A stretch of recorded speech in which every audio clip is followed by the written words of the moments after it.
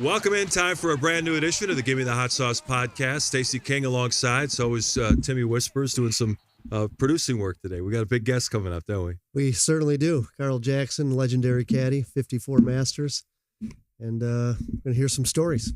So was he the guy that they made the movie Bagger Vance? There is a mention of it in some of the articles here that some of it was based on him.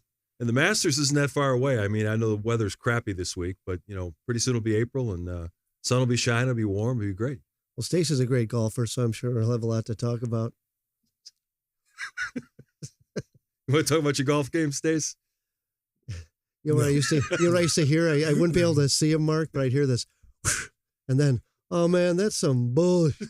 Mark, let me tell you something. Mark, let me tell you something. I'm not feeling whispers right now, okay? I'm not feeling whispers right now. He had one job. He had one job to do. One job. It's all he had. It's like the kicker. Yeah. You sit out there and you say, hey, look, man, go ahead and win this game for us. You've been sitting on the sideline drinking coffee, tweeting people. You got one job, go kick a field goal, and then he misses. He shanks it. I don't think so. Yeah, he shanked this one. So that's coming up in the next segment. First, though, we're going to talk about the Bulls heading into the All-Star break, and that has been a painful watch the last few games. The 4-game losing streak, back-to-back losses to Detroit, and the game on Tuesday. Wow, that's hard to put into words how bad that was. Yeah, it was really bad. I mean, listen, it was a tale of two halves. I mean, the Bulls outplayed them in the second half, but they were down 50. There was no way they were coming back from that. But they did outscore them in the second half, and it played much better.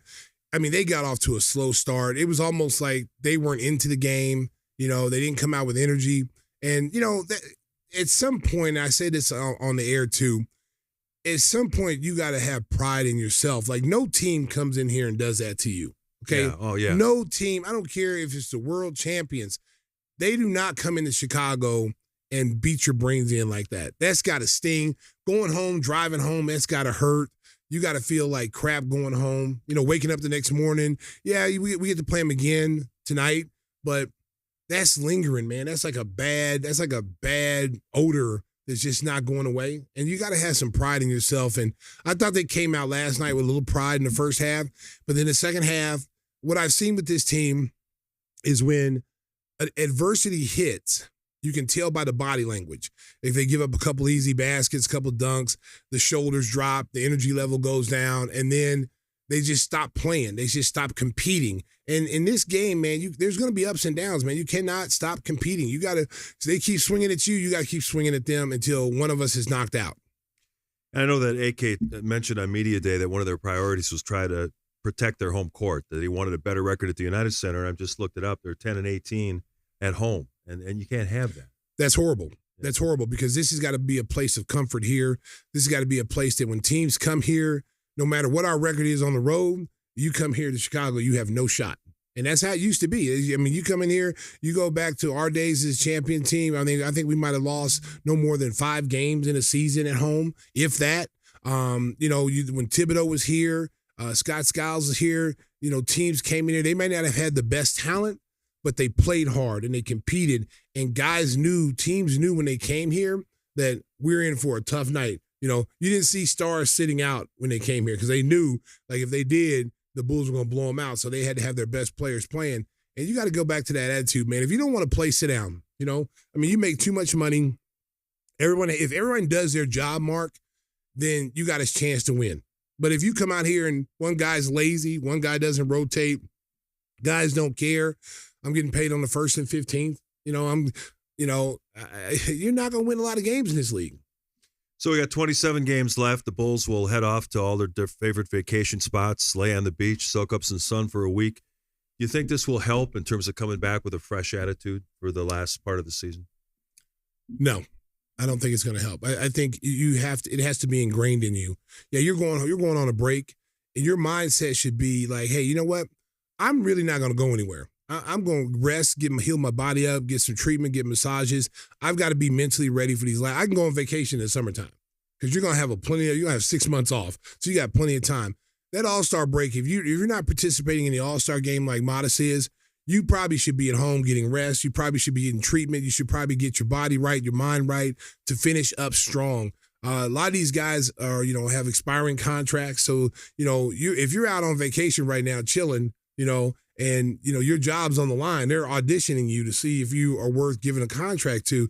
I tell you right now, I wouldn't be out. I'd be at home. I'd be at home chilling, getting myself ready for the next 26, 27 games. The All-Star break wasn't as long back when you played. Did you ever travel anywhere over the break? Oh, yeah. I traveled. Sometimes I went to the All-Star game. The first few years I went to the All-Star game, see how it was.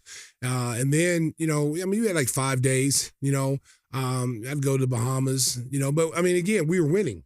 Right, there's a difference. Right. When you're winning and you're one of the top teams, you can go on vacation because we play hard. We compete every single night, and the record always showed that. So you definitely want to get away for 4 or 5 days, even if you shot down to to the Bahamas or went out to San Diego somewhere. You got away 4 or 5 days, came back, batteries recharged, and you're ready to go. It's the teams that are not winning. That the culture is kind of distorted a little bit. I said this last night. I was talking in passing to a friend, on Detroit's team. This group of players, not just the Bulls players, you see it all throughout the NBA. They're more concerned with the way they look coming to games. They spend so much time on their dress and their clothes. They're on red carpets. They're walking around, sunglasses on. They spend so much time on their wardrobe and how they look coming to the games. If you spent that kind of energy and that kind of time on your game, it'd be a little bit better. Because you watch these guys coming in, I just sit there and laugh. It's like, oh my God. It's like a fashion show. They are more concerned with the way they look. They're walking on the red carpet. They're dressed to a 9. They're carrying all these expensive bags, and they're posing, and the Bulls promote it. They put them online. It's seeing them walking into the game, walking to the airport, the airplane. They spend so much time on social media. If you spend that much time on social media and change that narrative and start spending more time on your game and focus on your game, you'll see a totally different player. Have you ever heard any crazy stories about guys on the All-Star break, players going to weird locations or doing crazy stuff? You got any stories you can share with the audience? They're all X-rated. I can't. I can tell you something. I know there was one place that a player was kind of messing around. I'm not giving no names, but I know there was a player messing around and had a side piece at the All-Star game, and the wife showed up, and he scaled outside the window and started dropping down floors to get away.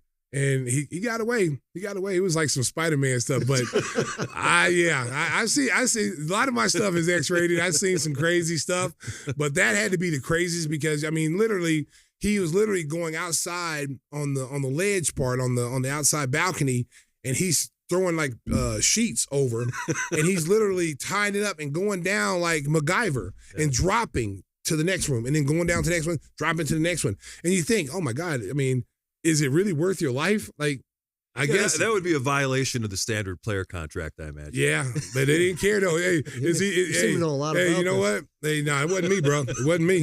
I would open the door. His name didn't rhyme with okay, Mason. You caught me. You caught me. Hey, she's a masseuse. She's here to rub my back. It's not what you think, honey. That's what I would have said. There's nowhere in the world I'd be scaling the balcony trying to get away. Boy, if you fall or that towel or that sheet slips or snaps, you're the end of your career. Yeah, end of your life. Your life. Yeah.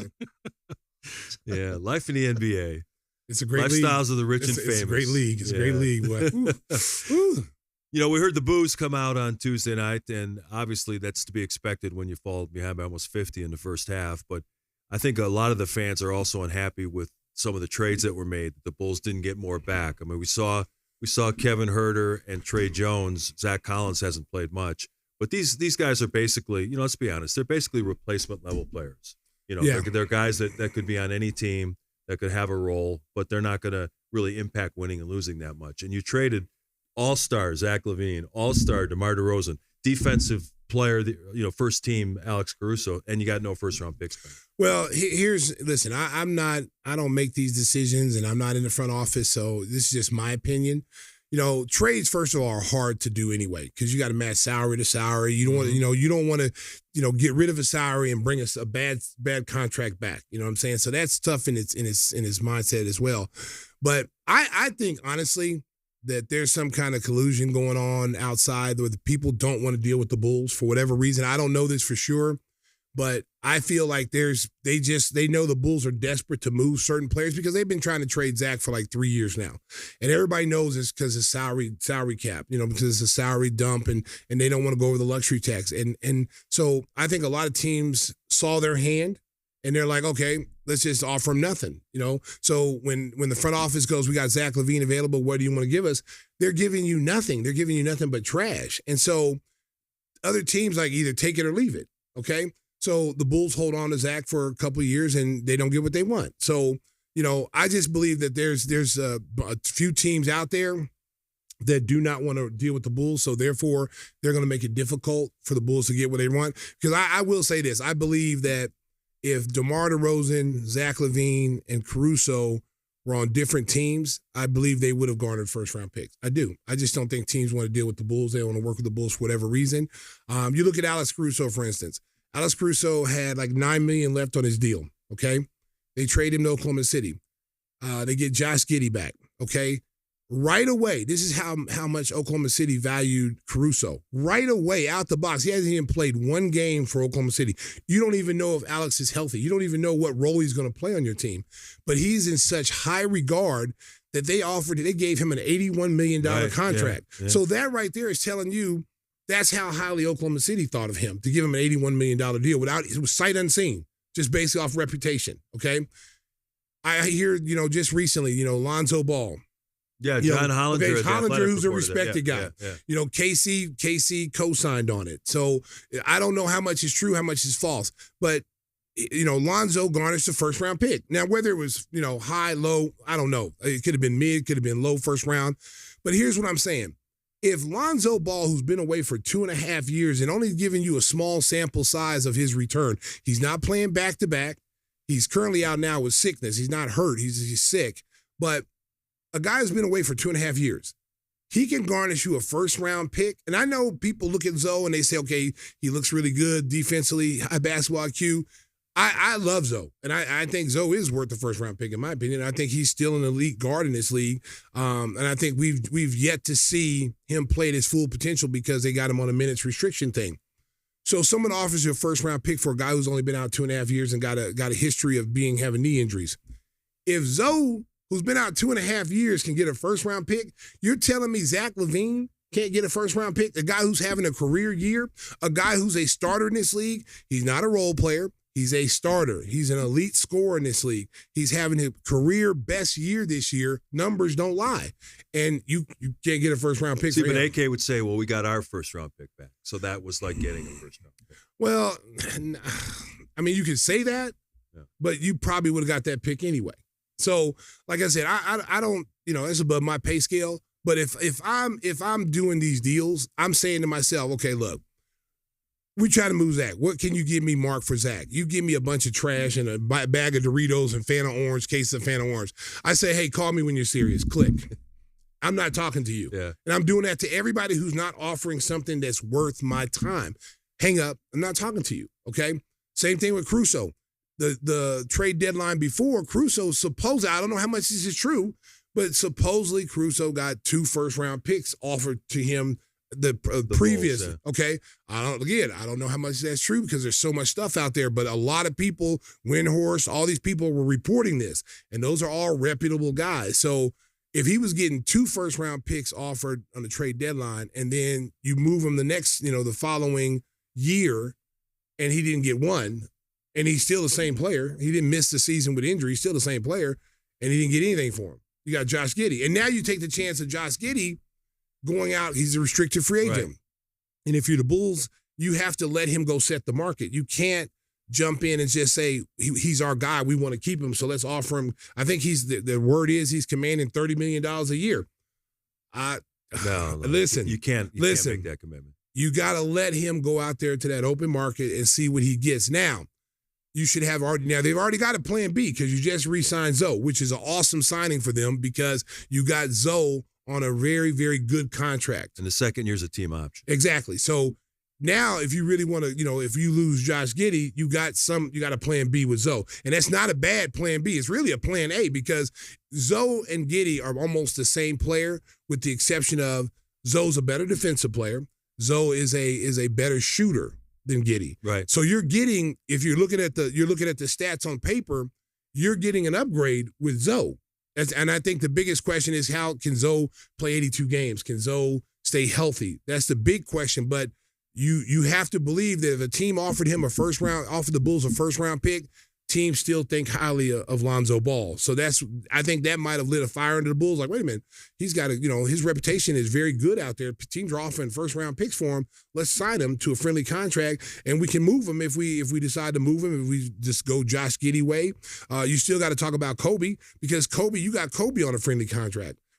If Josh Giddey gets $25-30 million, Kobe's gonna look at you like, really? Yeah. Really?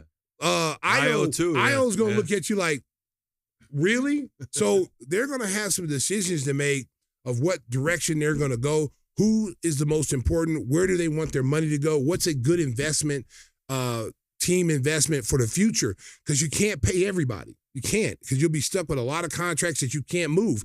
Patrick Williams, $90 million. You're going to have to make a decision on that at some point, because Matas is going to be coming up. Ma's going to be coming up in a couple of years, and he's already shown you right now as a rookie that he's a player that you want to invest in. You want to see him develop into a star player because he has that potential. So now you have two guys out there. Whew, I wouldn't want to be in the front office right now. Well, you mentioned Matas. He's going to be in San Francisco for All-Star Weekend, competing in the slam dunk contest. Mac McClung's going for a three-peat, and he's tough to beat, although he may have shown everything he's got in his arsenal. I don't know if he's got something new, but they always say that the small guys look better. Duncan, you think that's going to work against Matas in terms of trying to show his stuff to the judges? Well, as long as he comes with some creativity, not basic dunks. The 360 between the legs. If he does some dunks, Mark, that are athletic, that when you look at it on slow motion, you go, oh wow, that was nasty. I think he's got a shot. McClung is really good. I mean, I'm just surprised the kid's not in the league. It's like, yeah. I mean, come he's on now. Big numbers. He's killing the G League. He shows you, and this is what's wrong with this league, man. This is why I really cringe at this league, because teams are afraid to think outside the box. You're so committed to guys that you draft, and at some point you got to recognize. That's what made Jerry West such a great GM. He recognized when he made a mistake. It was like, we made a mistake. This is a terrible draft. Trade him. Get it while he's high, where people are still high on him, and he moves people. Okay, I remember him drafting Drew Gooden, I think in Memphis in the lottery, like 7th pick, and before the season over, we got to get rid of him. That was a mistake. They traded him. So these guys look at these kids who are in the G League and like, oh, he can't help us. I mean, you look at Bobo. Bobo should be playing in this league. Okay, he's finally playing. Finally, Phoenix says, you know what? His skill set is too valuable to not have him on there. He looks awkward out there, and I think that sometimes these people are afraid to take a chance on a guy who doesn't fit into that mold of what an NBA player should look like. It's a 7'2" guy who runs around like Wemby. He's a poor man's Wemby, okay? He can shoot threes. He can handle the ball. He can block shots. He's not the prettiest guy out there looking-wise, but he puts up numbers. And given the opportunity, now I'm telling you, man, that's the problem with this league. And even when I coached in the CBA, trying to convince, general managers to take a look at a kid, give him a shot. This kid can play. Give him a shot. He's better than your guards you got right now. They're so stuck on the people that they drafted, the people that they brought in, that they don't even want to think outside the box that this kid is better, because you have to explain to your fan base why a guy is playing over a guy you drafted. If you get a guy from the G League and he comes in, he's playing starters minutes. Now your fan base is like, wait a minute, you got this kid in the first round, he's not playing, so what's the deal here? So you got to answer to that. You got to, but some general managers like, Miami, they don't care. They're like, hey, you know what? Pat Riley's like, I don't care if we got, Duncan Robinson. They paid him almost $95 million. Worst contract ever, okay? They can't move him for anybody, okay? So you paying somebody $95 million, if you're the owner, I want him to earn that money, you gotta play, okay? Yeah. But those guys are like, he's not good. He can't guard people. He can shoot, but he can't guard people. So we're going to sit you on the bench, and we're going to play some guys that we got from the G League, Hightower and all these guys, and they've made a name for themselves. Miami is not afraid to find guys. Pat Riley has always done that. When he was a coach in New York, he found Anthony Mason. He found John Starks. He found guys in the CBA, and made them viable players in the NBA because they were tough-minded kids. They knew how hungry they were, so they put them on the roster, and that's what he's done in Miami. Since we had our last show, Jimmy Butler was traded from Miami to Golden State, and then you mentioned he got the 2-year extension. He ripped up the 1 year that was remaining on his deal. You saw him in person Saturday at the United Center. How do you think Jimmy fits with that team? Jimmy, I mean, listen, you only can go off track record, okay? He'll be happy for a year or two, and then something will go wrong. It's because it's his track record. Everywhere he's gone, because you can't keep saying it's the team's fault. You can't keep saying now, a couple of organizations he's been in, he could say the team's fault. You could say, oh, Minnesota is the team's fault. They weren't getting me players. The players didn't work hard. Because Jimmy always uses that, I'm the hardest worker. Right. You couldn't say that in Miami, okay? Everybody works hard in Miami. No one takes days off. And when you're only playing 60 games a year and you're only showing up because you've got this moniker now, Playoff Jimmy, so you decide that I'm only going to play 60 games and then I'm going to come back for the playoffs and I'm going to take us to the finals. It doesn't work like that. It does not work like that. You have to play with your teammates. You have to be a leader in the locker room. Now, the difference now, Miami didn't put up with it. It's like, oh, we got to get this guy out of here. And, Pat Riley was willing to sit on him for the remaining of his contract and just sit down and say, just go home. But they finally found a deal that was worth, making that move. Now, if he goes to Golden State now and things don't work out, that might be his last shot. And I think he's starting to see this because all you got to do is talk to DeMarcus Cousins. All you got to do is talk to kids like J.R. Ryder, Latrell Sprewell, guys who had 4 or 5 years left on their, an NBA that could play at a high level are no longer in the league because they're too big. Teams look at them as being too big of a headache no matter what kind of talent they have. Like Dwight Howard. These guys can still play, but why are they unemployed? Why is nobody picking? I mean, LA needs centers. They're going to Starbucks, seeing anybody 6'10", walking in, getting a cafe latte. Hey, man, can you play some center for me? Yeah. These guys are walking around ready to go, in shape. They're not going to call them because the NBA is tired of knucklehead guys. They're not, and I'm not saying those guys are knucklehead. I'm just a perception they have throughout the league in organizations. Like they're going to come to your team. They're going to disrupt chemistry. They're going to cause problems. So therefore, we don't want them. We'd rather take a lesser known guy. Like you look at Golden State's guy. They took the kid who was a 2-way contract. Quentin Post. Yeah. He looks like a stud. Shooting the hell out of it right now. He looks. And wait a minute. I take that back. He only hits these shots against the Bulls, okay? I did it against Milwaukee Monday. Monday he did it. But coming up to that point, the first time we played him in San Francisco, he hit those shots, and then he went on a cold spell for like 9 or 10 games, okay? Then he comes back and plays the Bulls again. He gets hot again, and then he has a good game against Milwaukee. But the fact is that you can find, viable bigs, in this league now. The big man is not as important as it used to be. Yeah, Jahlil Okafor finally got their chance. The Pacers signed him to a 10-day contract. He was killing people in the G League. He's in good shape. He should have been in the league. He was kind of blackballed almost like he should have been. We're not going to sign him. And he's on a 10-day contract. What can you show in 10 days? He should have been in the league. He's better than Lakers would like that. He's better than a majority of the guys that are on the bench now in the NBA. He can score. He's strong. He can rebound. He's in great shape. And see, if I'm looking at a kid like that, I'm watching him in the G League, and I want to see if he comes to work every day. Does he come and play hard against everybody? And if my scout says, "Hey, this kid's the real deal. He plays hard every night. He's not acting like he's an NBA player. He's conformed to the G League, rules and everything. He shows up on time. He's not late. He's a good teammate. And I need a big. I'm going to go get him. He should have been gone." Before we take a break, one more NBA topic. Luka and LeBron have played 2 games. They debuted on Saturday. They won. They went to Utah and got killed. Luka's out of shape. I mean, let's be honest about it. He's sucking wind and he's trying to get his breathing down. But what do you think what's the ceiling for the Luka LeBron duo? I don't know if I like it. Because these are both ball-dominant forwards. They have to have the ball in their hands. You hear LeBron say, Luka, just do you, be you, don't change, okay? LeBron says that about everybody. Hey, Dwayne, do you, be you, do. But hey, give me the ball. Kevin Love, do you, be you. Derrick Rose, be you, do you. But give me the ball. Yeah. Get out the way. And Luka's not a stand in the corner, jack it up guy. He's a guy that creates for his teammates, and he's the guy that puts pressure on the defense in so many different ways. Plus, he's younger than LeBron. LeBron, at some point, is going to have to relinquish the leadership role and say, hey, you know what? this kid he's the new lion. I'm the old lion. I'll still have spurts where I take over games, but right now I'm putting the ball in his hand, let him be the playmaker. Because I don't really think LeBron can play off the ball. I really don't. And I think that's the reason why he takes the ball from everybody, because he doesn't want to stand in the corner. He doesn't want to not have the ball in his hands where he can create and operate.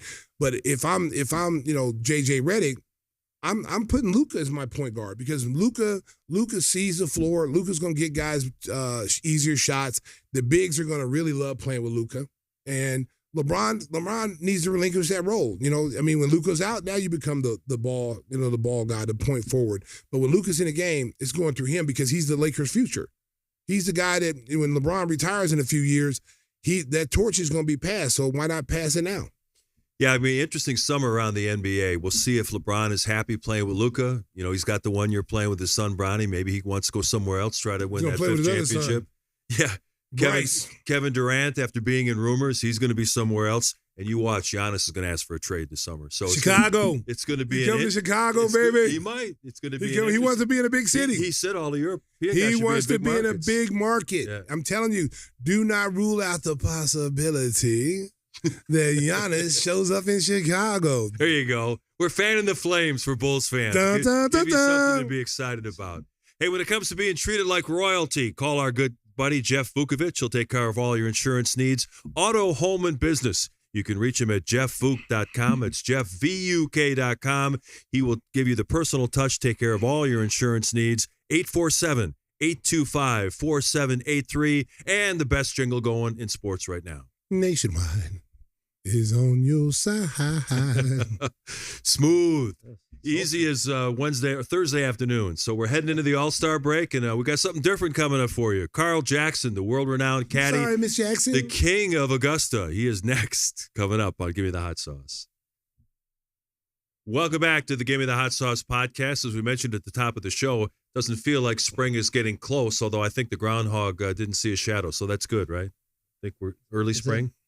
I always get that mixed up. Depends on which one it was. But when you're in the Midwest, you're getting 6 more weeks of winter no matter what the ground. No matter what. There's no spring here in Chicago. None whatsoever. So we're looking forward to the spring arriving at some point. And one of the rites of spring, of course, is the annual Masters tournament, the first major of the year at Augusta National. It is now our pleasure to welcome in Carl Jackson, who's been caddying at the Masters for a long time, including being on the bag for a couple of victories by Ben Crenshaw. Thank you for joining us, Carl. Obviously, you made a lot of history at Augusta National. When you reflect back on all the years, what are some of your favorite memories of being a caddy at Augusta? Well, my favorite years were some of my favorite years were the early years with Jack Stevens, who hired me when I was 14 years old. And eventually I moved to Little Rock he hired me as a caddy, and I eventually moved to Little Rock and wound up traveling the country with him and being a man Friday, manager of other homes he had around the country. And we just said it an awful lot back and forth from Little Rock to Augusta. He loved that place.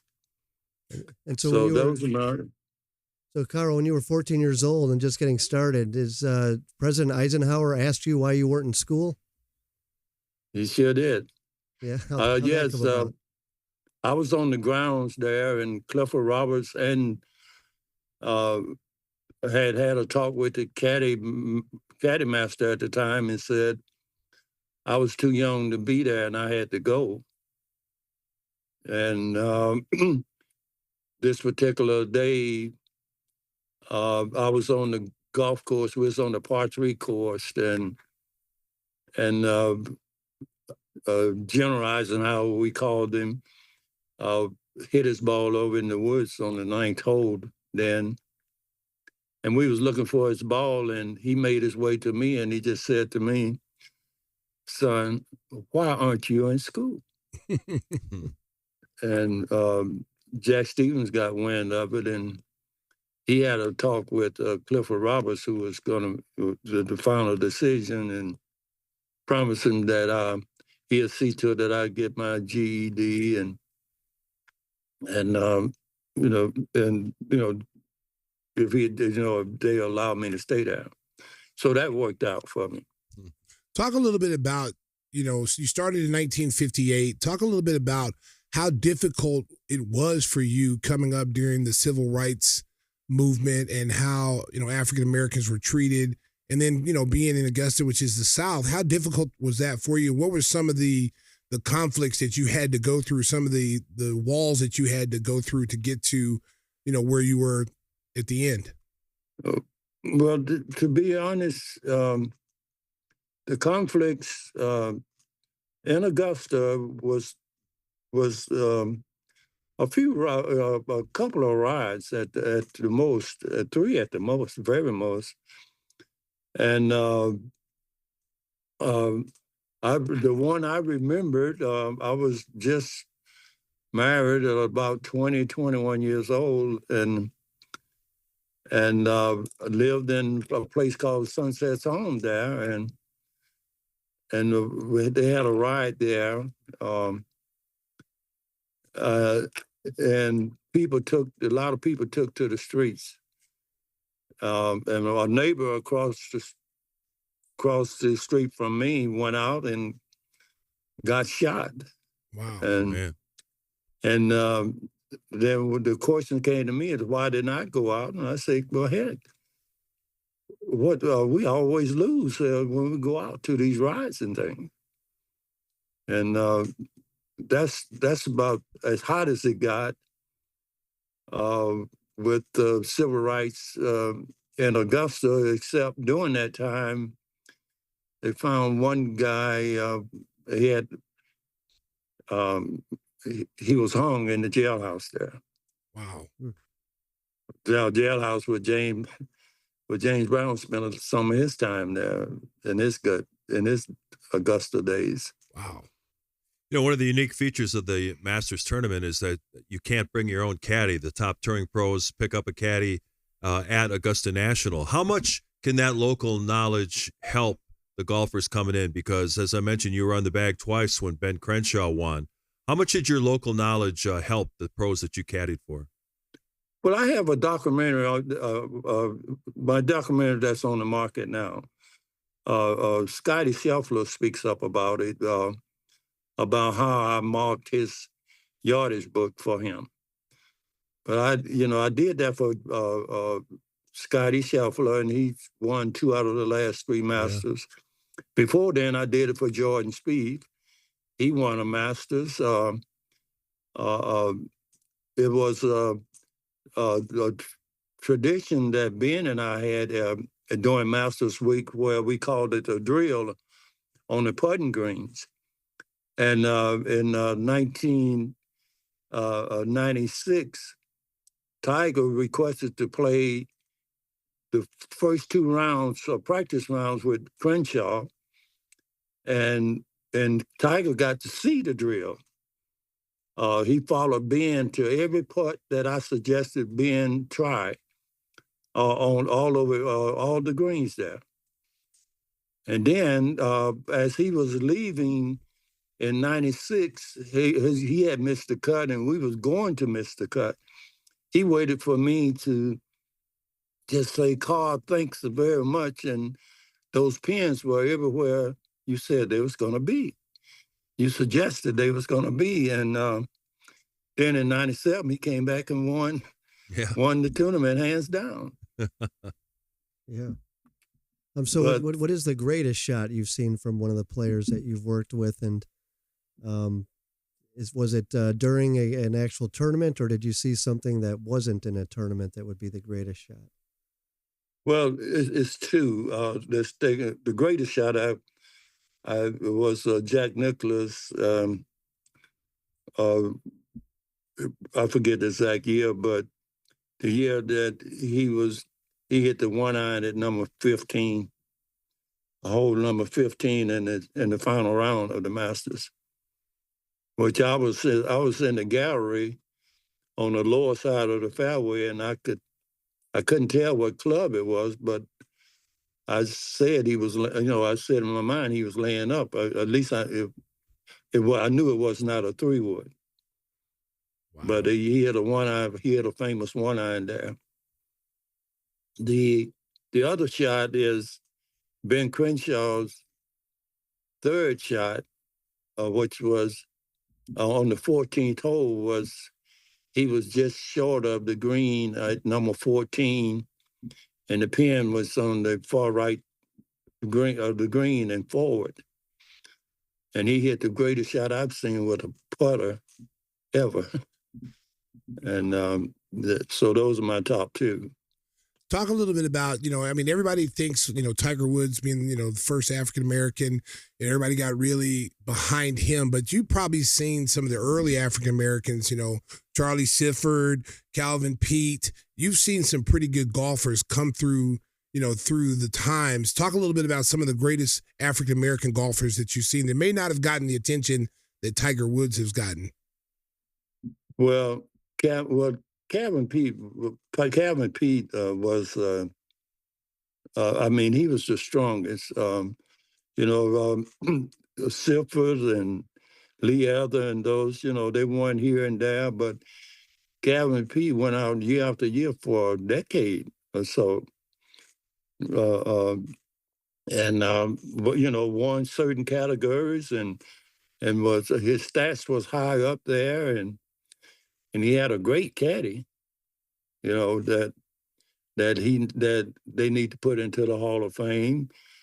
Any caddy Hall of Fame is Adolphus Hull. They called him Golf Ball. Okay. Well, Calvin was a late starter in the golf, and the Golf Ball did all the green reading for Calvin Peete, and he need to be remembered for that. Wow. Golf Ball was an outgoing guy. He's a ladies' man, or whatever you want to call him. There you go. He could caddy. That man could caddy. So when you have these disagreements, let's say with who you're bagging for, and that old saying comes up, the caddy makes the golfer, the golfer makes the caddy. Which way does that go in your mind? Well, it has to go both ways. It has to be mutual respect, and you have to be kind of a like personalities. Well, you can pat yourself on the back a little bit, Carl. You can't get along with someone that's opposite your personality. There's going to be a fight here or there. Yeah. Are you going to be at Augusta in April? Well, I'll be in Augusta. I'll visit my brother in Augusta. My brother's name is Romeo. I'll visit he and his wife. But I don't know about being at the golf course. Who do you think's going to win this year? You got a prediction for us?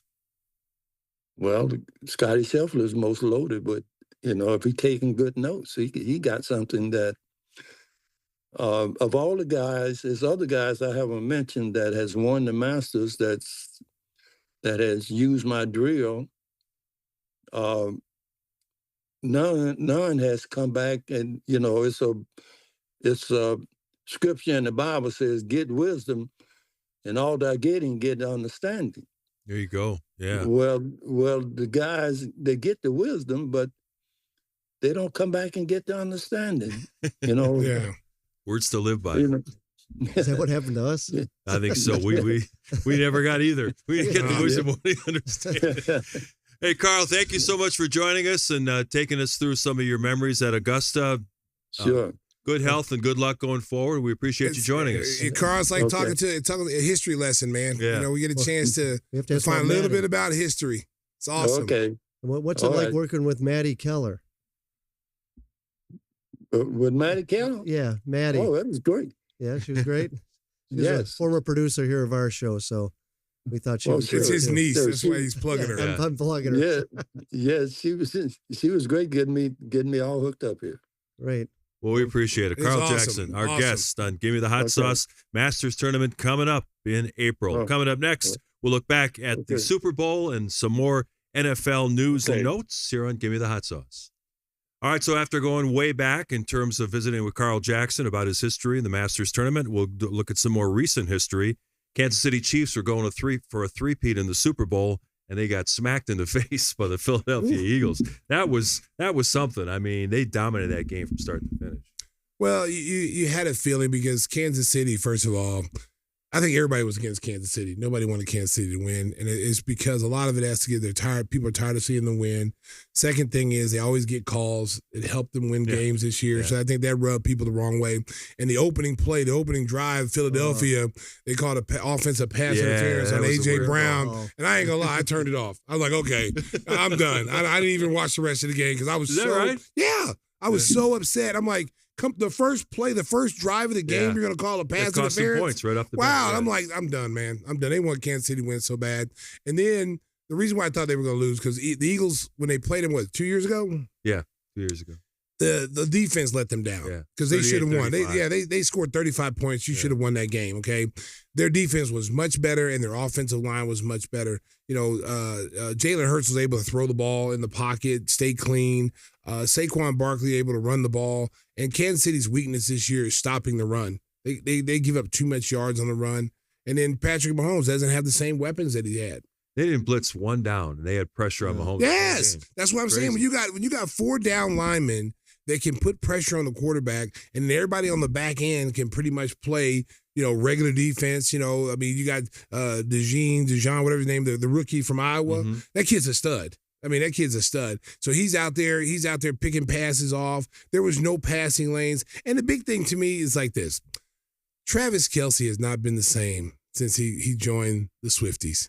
Okay, you know what? He's thinking about hanging it up now. Yeah, because he's in love. He's in love with. He's not the same player. Yeah. He's not as hungry. You watch him come to the game. He looked like he was coming from an old porn movie in the '70s. His outfit, it was just terrible. He's got the Beach Boy haircut. I like that Travis Kelce had the dog in him. Yeah. He had the fade. He had his hair faded up. He had a little attitude, little moxie. He just didn't. Ever since he's been with. I'm not blaming Taylor Swift. But I am saying he hasn't been the same since he's been with her. Now he's thinking about – they showed a clip where he didn't even get off the line to block. He had a blocking assignment to chip the defensive end sweat. And when the ball was hiked, he was still in his stance. I'd never seen Travis Kelce do that. And those picks that Mahomes threw in the first half were terrible. I mean, the one that Dijon ran back for a touchdown, then the one just before the half where he threw it over the middle. I mean, that killed him right there when they got an extra 7 points before halftime. Yeah, I like the stat that for Dijon, he was the first guy to run a interception back for a touchdown on his birthday. Yeah. Wasn't it was it Hurts' birthday too? There was two guys. It was Saquon. I think Saquon Barkley's birthday was the other guy. So yeah, it was, and Hurts played really well. Passing was great.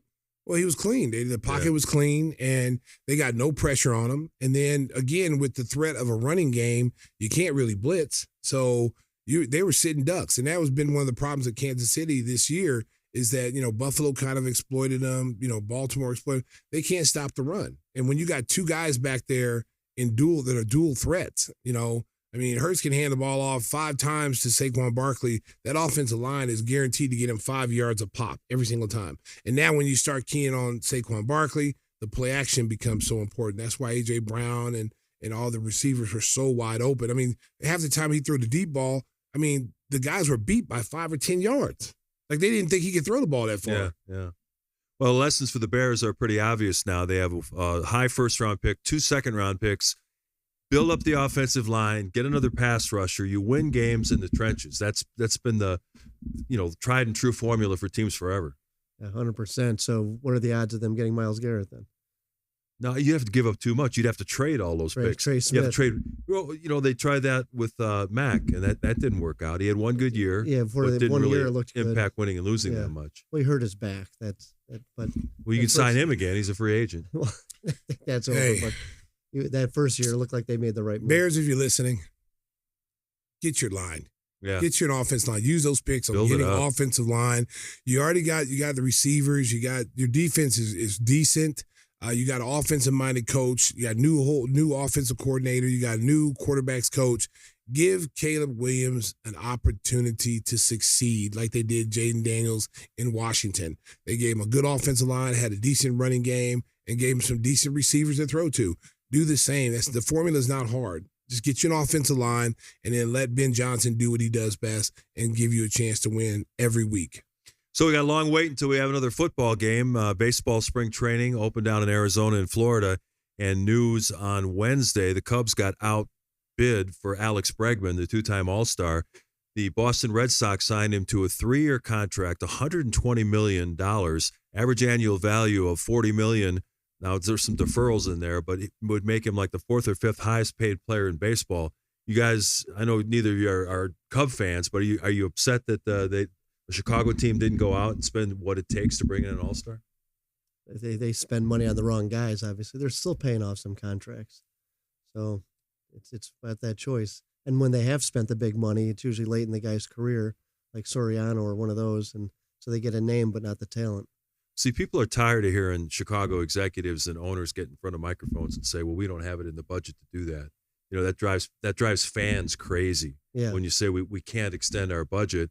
When you look around Wrigley and you see the big hotel and all the different things that they've spent money on to try to bring in more revenue. And, you know, Tom Ricketts has said, we're just trying to break even. And that kind of falls on deaf ears when you're, you know, the Chicago Cubs playing in the cathedral that is Wrigley Field, sold out every day. Yeah, it doesn't make any sense. It's time to, well, they got to make better decisions too, so you're not saddled with these bad contracts that you're still paying off from prior mistakes. Stacey's not saying anything because he knows that this is dangerous ground. Listen, Mark, America, to win, you have to spend money. Yeah. Simple as that. Yeah. It's a simple formula. Professional to sports. win, you have to be willing to spend money to get what you need to win. And if you're not willing to spend, listen, there's nothing wrong with shopping at Aldi's, okay? You get good deals at Aldi's, okay? But if you got a choice to go to Mariano's or some other store like that, or, you know, Trader Joe's, you're going to go to Trader Joe's. You're going to go get the quality meat. You're going to get, not saying Aldi's don't have that now, but I'm saying there's a difference between, you know, the two stores. So if you buy cheap, you get cheated. That's my philosophy. Stop being cheap. Go out there and spend the money. I'm not saying spend the money on a guy who's past his prime. I'm talking about getting a guy who is going into his prime that you know you're going to get 4 or 5 good years out of, and your investment will pay for itself. You'll get that money back because you'll be winning ball games. Simple as that. Well, look at Hayward, though. Don't they have one more year to still pay him? No, they're done with Hayward. Well, they're done. I think there's some deferred money, but the big chunk is gone. Oh, jeez. Well, you could be Bobby Bonilla from the Mets. The Mets are still July paying 1, every baby. July 1. He's at the mailbox. It's Where's that check? It's like death in Texas, baby. I know it's coming July 1st every year. That's crazy. That's a hell of a contract, man. Yeah, his agent did a great job. Oh, on man, that. he should be giving his agent some money every year, too. Props to Bobby Bonilla's agent. Yeah, he's not even playing. That's for the rest of his life. Yeah, Jeez. pretty good deal. Man, I need to sign a deal like that. They only offer me a bag of chips and a Fanta orange. That's all I get for the rest of my life. Wow. Thanks, team. All right. Oh, before we get out of here, it's time to share some insight on what we've been watching on some of the broadcast channels, streaming services. Whispers, what do you got? I watched O.J. Simpson Manhunt on Netflix. Now, is there any new ground to cover on that? That's what I was wondering. Well, you know, it's one of those things you figure you're going to be bored again, but they really got into the details and evidence of the trial and the case, and there's a lot of things that I had no idea. And then you really see why the jury made that decision. They were absolutely confused, and you could see why when you watch this. And then the amount of evidence that Marcia Clark decided not to. What was new in this new documentary that we haven't seen before? Well, one is they had a box from a hunting knife that OJ left in his bathroom, not submitted to evidence. They had basically medical supplies that were bloodied. They didn't submit as evidence.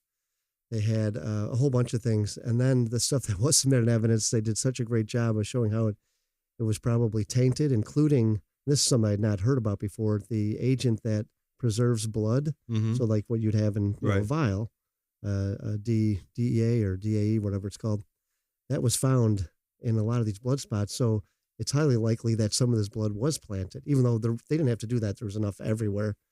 But and then there was some eyewitnesses about putting the bag in the garbage in the airport. A couple people that never called. A woman that saw him he got stuck on a curb as he was leaving right by where the murders occurred. She was never called. She had an argument with him. And so all these things, like, why? Because she was so convinced that DNA evidence was going to lock up the case, and it just wasn't true. They screwed the whole thing up. It was pretty interesting. But then it's also nice to see one of our former guests on there. And as she talked about on the show here, told us one story. Kim Goldman. When she ran into OJ at the grocery store. Remember that story? Yeah. She didn't bring that one up in the documentary. I guess that's just radio gold for us. And Kim has dedicated her life to help people in similar situations. Yeah. That's what she's done. And she loved her hot sauce too, by the way. Okay. She's one of the few people that sent a note back. Seriously, she did. One of the few people. Testimonial. Yeah. Kim Goldman, we appreciate it. There we go. Thank you She very loved the much. hot sauce. Stacey, what do you got for the folks? An old, it was on HBO called Survivor's Remorse. It's about a kid who gets drafted into the pros. He comes from Philadelphia, from a poor background. He brings Didn't LeBron produce that? Yeah, LeBron's company produced it, and that's his family right there. His cousin is his business manager. So there, it shows what it's like, bringing people with you to the professional level and the money, and how it impacts everybody in your family. It's a great show. I'd never really watched it before, but I always wanted to watch it, so it's always been on my to-do list. Yeah. And finally, I got a chance to do it, and then I'll be able to watch it since I'll be on break. But it's a very, very good show. I think it lasted 4 seasons, and very well done. And it's pretty on point to what it feels like when you get drafted and you come into the professional ranks, and the money that comes with it, and the people around you. Change and expectations. And, it's not as easy as people think, when you get into this situation. So that's what it deals with, showing this young kid, he's torn about helping his family. He's torn about making a difference in the community, and he's being pulled 100 different ways. Is this based on LeBron's life or? No. It's not based on his life, but it's pretty much to the point of what any professional athlete goes through. Yeah. So it's a good show. I recommend it.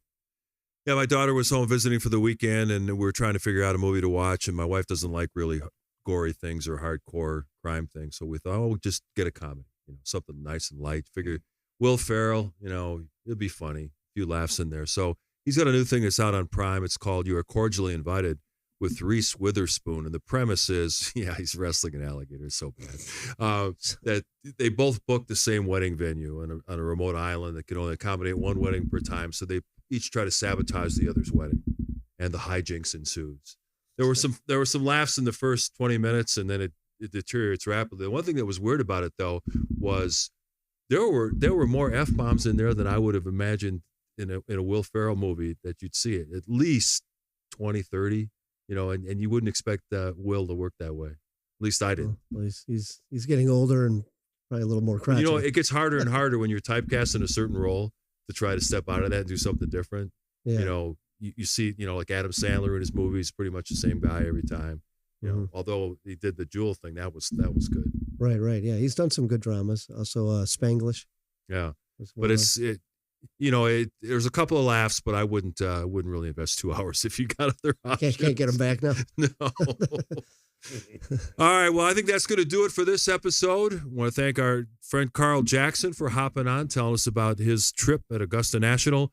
Stacey, you got anything else for the folks before we say goodbye?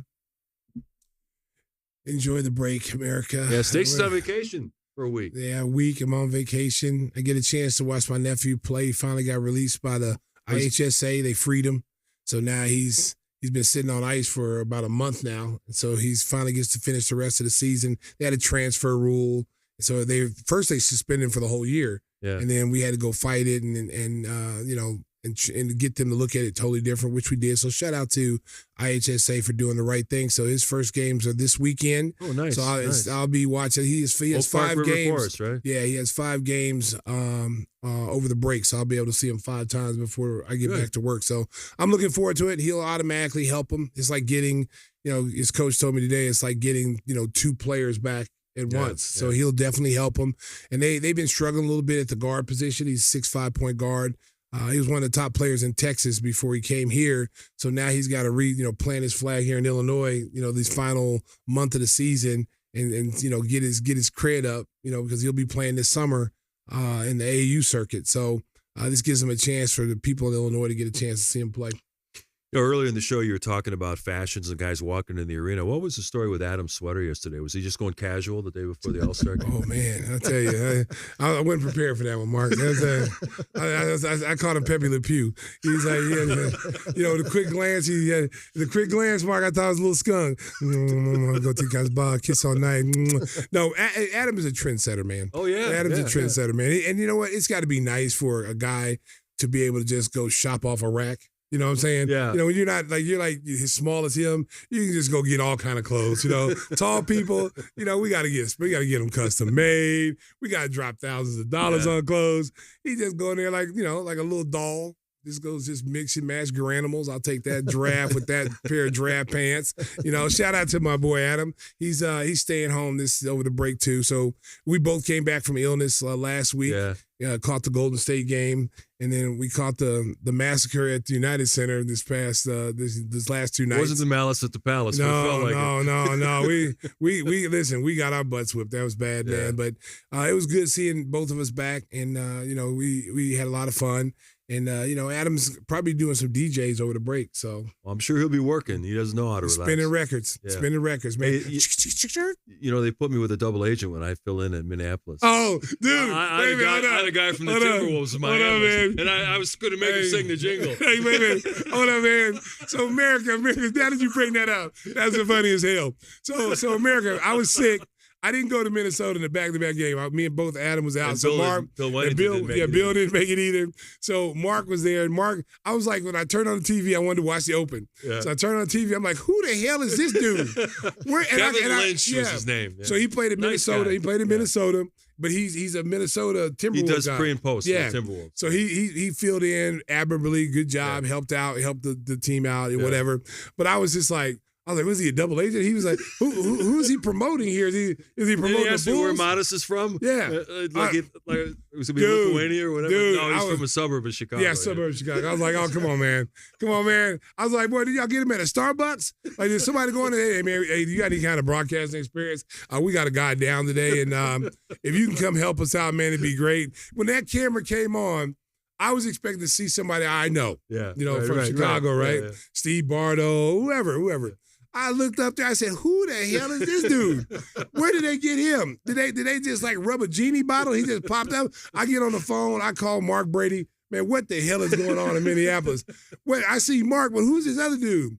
He's like, "Oh, we had a pinch. We had to get somebody." But shout out to him for being able to be able to do it. He was prepared. He was ready prepared. To go. Yeah, I guess he was. I don't remember him playing. But he played in Minnesota. He was with Willie Burton, I heard. Yeah. He was I think he's still 11th all-time scoring. He thought he was going to get drafted by the Bulls, I heard. He played 2 years for the Charlotte Hornets, then he played overseas. So they said Adam said they had brought him in or something and worked him out. He thought he was going to get drafted by the Bulls, and then the Bulls didn't draft him. He was a really good college player. Yeah, he averaged like 15, 16 points a game with Willie Burton.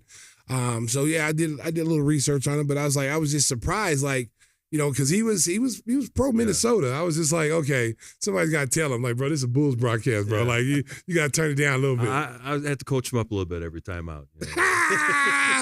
I was laughing my butt off, man. I was like, where in the hell did they get him? The Mall of America? I did a good job though, Mark. Mark's a pro America. He's a pro.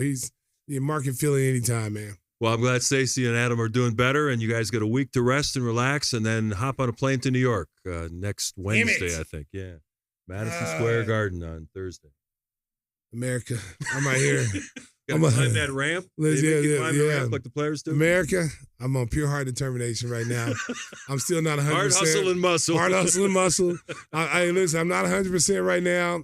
I'm never gonna miss the Gimme the Hot Sauce podcast because honestly I love coming here, you know, and but I'm not 100%. Especially when Whispers books the guests. Oh Jesus! Oh my God! Hey, today, America, Whispers doesn't tell us anything to the last minute, so we get a text. We from had 3 different Carl Jacksons. We're researching 3 different Carl Jacksons as our guests. Okay, businessman, musician. He worked with Glenn Campbell, so we did his homework, all this research for the last week, and had so much plan to talk to him about Glenn Campbell and the country music and the jazz. And then Tim tells us an hour before the show, hey guys, it's the wrong Carl Jackson. It's the caddy Carl Jackson. So now you can imagine we're scrambling and I got to drive from where I live all like 40 minutes back here. I said, man, I don't have time to do research right now. You guys are professionals. I just wanted to test you. Oh my God, this dude, he is fired. We're lifting up the curtain on the Gimme the Hot Sauce show. Yeah, he's fired from doing Guest America. He's no longer his job now is just to get coffee. Just order the pizza and make sure the beer is cold. Yeah, that's it. Other than that, I even screw that up too. Yeah, he did. Yeah, all olive pizza, and all green olive pizza that nobody likes but him. He's the only one eating it, Mark. If you don't like it, just pull up. Just take all the olives off. Okay, well, now it's just dough. Great support system. Mark goes, yeah, you did. Yeah, yeah, you did. All right, we've done enough damage here. New show next week. Who knows who our guests will be, but until then. But it won't be from Tim. You can believe that. Drive home safely, Chicago. Beep, beep. Oh, my goodness. It's only preseason, but I'm hyped. Neil Thought, Jimmy G.